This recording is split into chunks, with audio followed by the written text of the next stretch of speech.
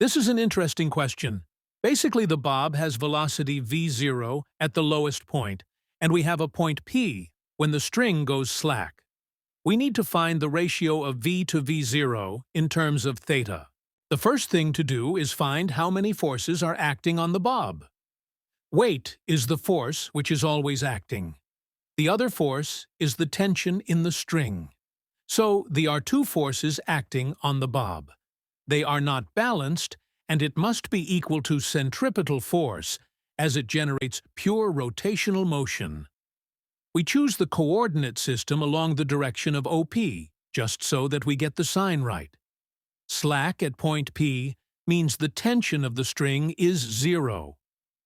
We can also apply conservation of energy, as it is moving up by L plus L sine theta. That is all, and physics is done. Now we have to do the math.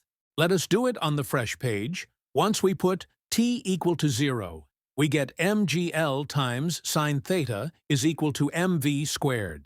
We substitute mgl into the energy conservation, and we need to get the feeling that we can get the answer. Let us do on the next page. This page has the equations on the previous page.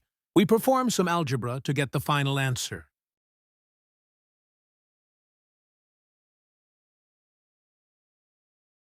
This ends the video. Please subscribe and give us like if you like the way we taught. Thank you and have a nice day. Bye.